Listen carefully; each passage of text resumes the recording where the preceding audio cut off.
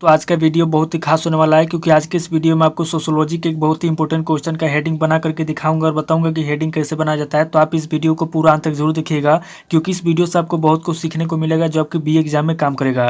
तो आइए देर न करते हुए वीडियो को शुरू करते हैं और प्रश्न का हेडिंग बना करके सीखते हैं। दोस्तों, बी एग्जाम में किसी भी क्वेश्चन का हेडिंग बनाने के लिए आपको क्या करना है कि सबसे पहले क्वेश्चन को पढ़ना है और पढ़ करके समझने की कोशिश करना है कि क्वेश्चन के अंदर क्या पूछा जा रहा है। क्योंकि जब तक आप क्वेश्चन को पढ़ेंगे नहीं, समझेंगे नहीं, तब तक न तो आप उस क्वेश्चन का हेडिंग बना पाएंगे और नहीं आप उस क्वेश्चन का आंसर लिख पाएंगे। तो सबसे पहले क्वेश्चन को पढ़ना है और पढ़ करके समझना है। उसके बाद दूसरे स्टेप में क्या करना है कि क्वेश्चन के अंदर देखना है कि कौन कौन से पॉइंट दिया हुआ है जिसका इस्तेमाल करके आप हेडिंग बनाएंगे। जैसे दोस्तों यहाँ पे आपका सोशियोलॉजी का क्वेश्चन दिया हुआ है, अगर आपको इस क्वेश्चन का हेडिंग बनाना होगा या फिर अगर आपको इस क्वेश्चन का आंसर लिखना होगा तब आप क्या करेंगे, सबसे पहले क्वेश्चन को पढ़ेंगे, पढ़ करके समझेंगे। उसके बाद दूसरे स्टेप में क्वेश्चन के अंदर पॉइंट को देखेंगे और तीसरे स्टेप में पॉइंट को लेकर के हेडिंग बनाएंगे। तो आज दोस्तों बिना किसी देरी के हम लोग शुरू करते हैं और प्रश्न का हेडिंग बना करके देखते हैं। यहाँ पे दोस्तों आपका प्रश्न दिया हुआ है, संस्कृति से आप क्या समझते हैं, इसकी विशेषताओं की व्याख्या कीजिए। यानी कि क्वेश्चन के अंदर सबसे पहले तो कह रहा है कि संस्कृति क्या होता है, संस्कृति से आप क्या समझते हैं। उसके बाद आगे कह रहा है कि संस्कृति की विशेषता क्या होती है, संस्कृति की विशेषताओं की व्याख्या कीजिए। तो यहाँ पे दोस्तों हम लोगों ने सबसे पहले क्वेश्चन को पढ़ करके समझ लिया कि क्वेश्चन के अंदर संस्कृति के बारे में पूछा जा रहा है,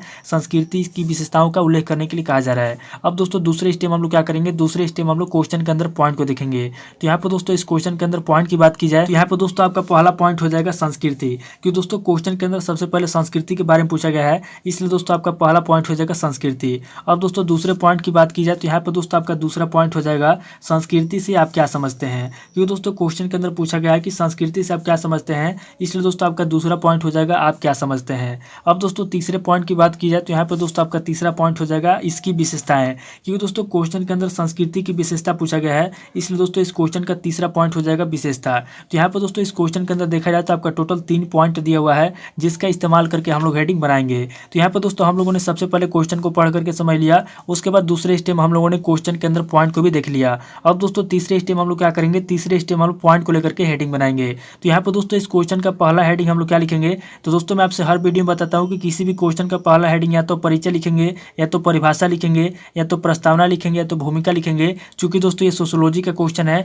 इसलिए हम लोग क्या करेंगे, सबसे पहले हम लोग इस क्वेश्चन का क्या करेंगे, परिभाषा लिखेंगे। तो यहाँ पर दोस्तों हम लोग क्या करेंगे, यहाँ पर दोस्तों हम लोग पॉइंट नंबर 1 देंगे और यहाँ पर दोस्तों पॉइंट नंबर 1 दे क्या करेंगे, यहाँ पर दोस्तों सबसे पहले हम लोग इस क्वेश्चन का परिभाषा लिखेंगे। तो यहाँ पर दोस्तों इस क्वेश्चन का पहला हेडिंग हो जाएगा संस्कृति की परिभाषा, यानी कि संस्कृति की क्या परिभाषा होती है। सबसे पहले दोस्तों हम लोग लिखेंगे संस्कृति की परिभाषा। तो यहाँ पर दोस्तों हमारा पहला हेडिंग हो जाएगा संस्कृति की परिभाषा, यानी कि सबसे पहले हम लोग इस क्वेश्चन का परिभाषा लिखेंगे। अब दोस्तों परिभाषा लिखने के बाद आपको क्या करना है, यहाँ पर दोस्तों परिभाषा वाले हेडिंग के अंदर आपको आंसर में कम से कम 5 से 6 लाइन में यहाँ पे संस्कृति की परिभाषा लिखना है। और यहाँ पर दोस्तों संस्कृति की परिभाषा लिखने के बाद आपको क्या करना है, यहाँ पे दोस्तों दूसरा पॉइंट देना है और यहाँ पे दोस्तों दूसरा पॉइंट देके आपको दूसरा हेडिंग क्या लिखना है, तो यहाँ पे दोस्तों आपको दूसरा हेडिंग लिखना है संस्कृति का शाब्दिक अर्थ, यानी कि संस्कृति का शाब्दिक अर्थ क्या होता है। यहाँ पे दोस्तों आपको दूसरे हेडिंग में लिखना है संस्कृति का शाब्दिक अर्थ। तो यहाँ पे दोस्तों दूसरा हेडिंग हो जाएगा संस्कृति का शाब्दिक अर्थ, यानी कि जो संस्कृति होता है उसका शाब्दिक अर्थ क्या होता है। यहाँ पे दोस्तों दूसरे हेडिंग में हम लोग लिखेंगे संस्कृति का शाब्दिक अर्थ।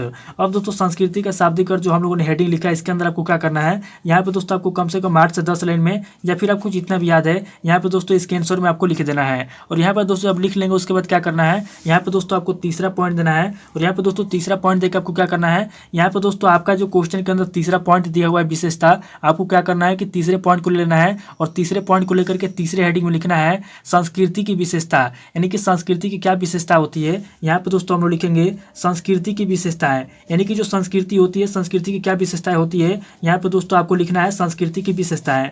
अब दोस्तों संस्कृति की विशेषताएं लिखने के बाद आपको क्या करना है, यहाँ पे दोस्तों इस हेडिंग के अंदर आपको आंसर में कम से कम 10 से 12 लाइन लिख देना है। और यहाँ पे दोस्तों लिखने के बाद आपको क्या करना है, यहाँ पे दोस्तों आपको पॉइंट नंबर 1 देना है और यहाँ पे दोस्तों पॉइंट नंबर 1 दे क्या करना है, यहाँ पे दोस्तों संस्कृति की जो भी विशेषता है, क्योंकि दोस्तों यहाँ पे हम लोगों ने तीसरे हेडिंग में संस्कृति की विशेषता लिखा है और क्वेश्चन के अंदर दोस्तों कह रहा है कि इसकी विशेषताओं का व्याख्या कीजिए, यानी कि यहाँ पे दोस्तों संस्कृति की जो भी विशेषता है यहाँ पे दोस्तों इसकी व्याख्या करने के लिए कहा गया है। तो यहाँ पे दोस्तों हम लोग क्या करेंगे, संस्कृति का विस्तार पूर्वक व्याख्या करेंगे, यानी कि संस्कृति की जो भी विशेषता है यहाँ पे दोस्तों हम लोग संस्कृति की विशेषता करेंगे। तो यहाँ पे दोस्तों हम लोग क्या करेंगे, यहाँ पे दोस्तों हम लोग पॉइंट नंबर 1 देंगे और पॉइंट नंबर 1 देके संस्कृति की विशेषता लिखेंगे। तो यहाँ पे दोस्तों संस्कृति की पहली विशेषता क्या है, तो संस्कृति जो है कि इसकी पहली विशेषता ये है कि दोस्तों ये व्यवहारिक होता है, यानी कि एक व्यक्ति से दूसरे व्यक्ति में आता जाता रहता है। तो इसलिए दोस्तों ये क्या हो जाएगा, ये हो जाएगा सीखा हुआ व्यवहार। तो यहाँ पे दोस्तों संस्कृति की पहली विशेषता लिखेंगे सीखा हुआ व्यवहार। तो यहाँ पे दोस्तों हमारा जो है कि संस्कृति की पहली विशेषता हो गया सीखा हुआ व्यवहार। अब दोस्तों पहला जो है कि विशेषता लिखने के बाद आपको क्या करना है,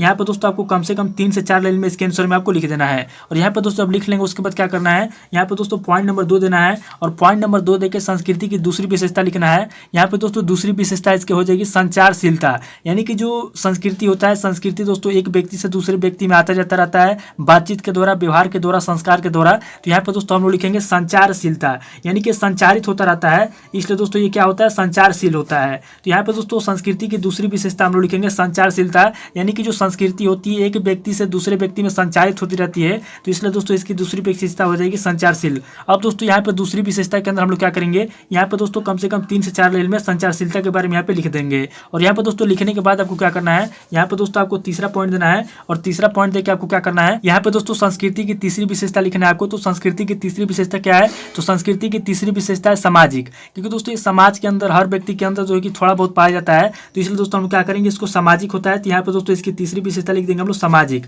अब दोस्तों तीसरी विशेषता लिखने के बाद आपको क्या करना है, यहाँ पर भी दोस्तों आपको कम से कम 3 से 4 लाइन में इसका आंसर लिख देना है। और यहाँ पर दोस्तों लिखने के बाद आपको क्या करना है, यहाँ पर दोस्तों चौथा पॉइंट देना है और चौथा पॉइंट देकर क्या करना है, यहाँ पर दोस्तों संस्कृति की चौथी विशेषता लिखना है। तो चौथी विशेषता क्या है, तो ये दोस्तों आदर्शात्मक होती है, यानी कि आदर्श होती है। तो यहाँ पर दोस्तों हम लोग लिखेंगे आदर्शात्मक होती है। तो यहाँ पे दोस्तों हम लोग इसकी चौथी विशेषता लिखेंगे आदर्शात्मक। अब दोस्तों आदर्शात्मक लिखने के बाद अब क्या करना है, यहाँ पे दोस्तों आपको कम से कम 3 से 4 लाइन में इसका आंसर लिख देना है। और यहाँ पे दोस्तों अब लिख देंगे, उसके बाद क्या करना है, यहाँ पे दोस्तों आपको 5वां पॉइंट देना है और 5वां पॉइंट देकर संस्कृति की 5वीं विशेषता लिखनी है। तो यहाँ पे दोस्तों 5वीं विशेषता इसकी हो जाएगी आवश्यकताओं की पूर्ति, यानी कि जो संस्कृति होती है, संस्कृति का अगर अच्छे तरीके से पालन किया जाए तो यहाँ पे दोस्तों जो भी आपकी आवश्यकताएं हैं उसकी पूर्ति जो है कि संस्कृति द्वारा हो जाती है। तो यहाँ पे दोस्तों इसकी अगली विशेषता हो जाएगी आवश्यकताओं की पूर्ति। तो यहाँ पे दोस्तों हम लोग लिखेंगे आवश्यकताओं की पूर्ति, यानी कि संस्कृति के द्वारा जो भी आपकी आवश्यकताएं हैं उसकी पूर्ति की जाती है। तो यहाँ पर दोस्तों इसका जो है कि अगली विशेषता हो जाएगी आवश्यकताओं की पूर्ति। अब दोस्तों आवश्यकताओं की पूर्ति लिखने के बाद क्या करना है, यहाँ पर भी दोस्तों आपको 3 से 4 लाइन में इसका आंसर लिख देना है। और यहाँ पर दोस्तों जब आंसर लिख लेंगे उसके बाद क्या करना है, यहाँ पर दोस्तों आपको 6ठा पॉइंट देना है और 6ठा पॉइंट देकर संस्कृति की अगली विशेषता लिखना है आपको अनुकूलन की क्षमता, यानी कि जो संस्कृति होती है सभी के लिए अनुकूल होती है। यहाँ पर दोस्तों इसकी अगली विशेषता हो जाएगी अनुकूलन की क्षमता। तो यहाँ पर दोस्तों हम लोग लिखेंगे अनुकूलन की क्षमता, यानी कि जो संस्कृति होती है उसके अंदर दोस्तों अनुकूलन की क्षमता होती है, इसलिए दोस्तों इसकी संस्कृति की अगली विशेषता हो जाएगी की क्षमता। अब दोस्तों अनुकूलन की क्षमता लिखने के बाद अब क्या करना है, यहाँ पे दोस्तों आपको कम से कम 3 से 4 लाइन में फिर कुछ जितना भी याद है यहाँ पे दोस्तों आपको 6ठे हेडिंग के आंसर में आपको लिख देना है। और यहाँ पे दोस्तों अब लिख लेंगे, उसके बाद क्या करना है, यहाँ पे दोस्तों आपको 7वां पॉइंट देना है और 7वां पॉइंट देकर दोस्तों संस्कृति की अगली विशेषता लिखना है एकीकरण की क्षमता, यानी कि जो संस्कृति होती है उसके अंदर एकीकरण की भावना होती है, यानी कि सभी को एकता के सूत्र में बांध सकती है। तो इसलिए दोस्तों यहाँ पे इसका 7वीं विशेषता हो जाएगी एकीकरण की क्षमता। तो यहाँ पे दोस्तों हम लोग लिखेंगे एकीकरण की क्षमता।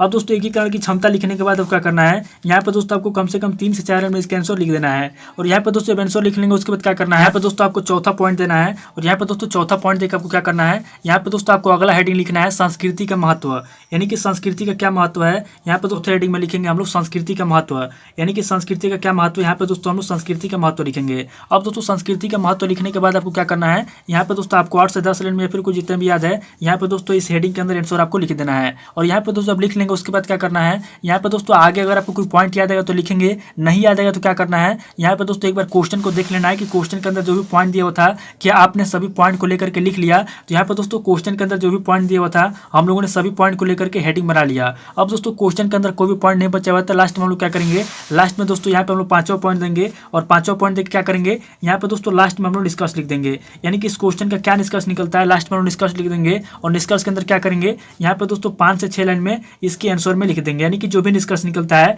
यहाँ पे दोस्तों लास्ट में हम लोग निष्कर्ष लिख देंगे। तो इस तरीके से हमारा जो क्वेश्चन दिया होता है सोशियोलॉजी का उसका हम लोगों ने हेडिंग बना लिया। तो एग्जाम में दोस्तों आपको क्या करना है कि किसी भी क्वेश्चन का हेडिंग बनाने के लिए आपको सबसे पहले क्वेश्चन को पढ़ना है, पढ़ करके समझना है, उसके बाद दूसरे स्टेप में क्वेश्चन के अंदर पॉइंट को देखना है और तीसरे स्टेप में पॉइंट को लेकर के हेडिंग बनाना है। तो दोस्तों उम्मीद करता हूँ कि इस वीडियो से आपको बहुत कुछ सीखने को मिला होगा। अगर आपको वीडियो अच्छा लगा तो वीडियो को लाइक कीजिए, शेयर कीजिए और कमेंट करके बताइए कि आपको नेक्स्ट वीडियो किस टॉपिक के ऊपर चाहिए। थैंक यू दोस्तों।